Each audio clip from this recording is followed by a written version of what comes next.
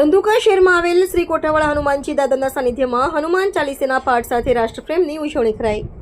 ધંધુકામાં ભાવનાત્મક સવારે ભક્તિમય માહોલ છવાયો। અમદાવાદ જિલ્લાના ધંધુકા શહેરમાં આજે સવારે શ્રી કોઠાવાળા હનુમાનજી દાદાના પવિત્ર સાનિધ્યમાં ભવ્ય રીતે હનુમાન ચાલીસાના પાઠ તથા રાષ્ટ્રગાનનું ગાન યોજાયું હતું।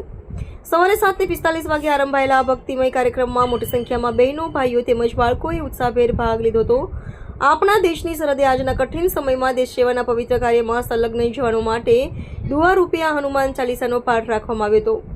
દેશના રક્ષણ માટે સદૈવ સજ્જ રહેલા આપણા જવાનોને શ્રી કોઠાવાળા હનુમાનજી દાદા વધુ શક્તિ આપે તેવા શુભાશયથી આ કાર્યક્રમનું આયોજન શ્રી કોઠાવાળા હનુમાનજી ગ્રુપ દ્વારા કરવામાં આવ્યું હતું। પાઠ દરમિયાન ઉપસ્થિત હરભક્તના હૃદયમાં દેશપ્રેમની ભાવના સાથે સાથે ભક્તિભાવ પણ ઉમટી પડ્યો હતો। તમામ ઉપસ્થિતોએ આ પાવન પ્રસંગે ભાગ લઈ ધન્યતા અનુભવવાની પ્રાર્થના વ્યક્ત કરી હતી, ભાવના વ્યક્ત કરી હતી। જય સિયારામ। શ્રી કોઠાવાળા હનુમાનજી મહારાજની જય।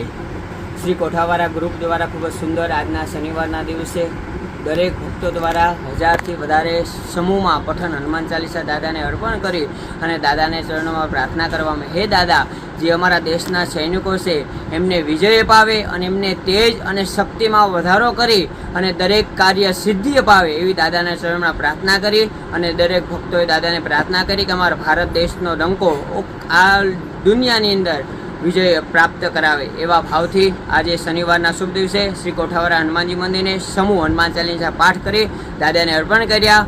જય સિયારામ। શ્રી કોઠાવાળા હનુમાનજી મહારાજની જય। ભારત માતા કી જય।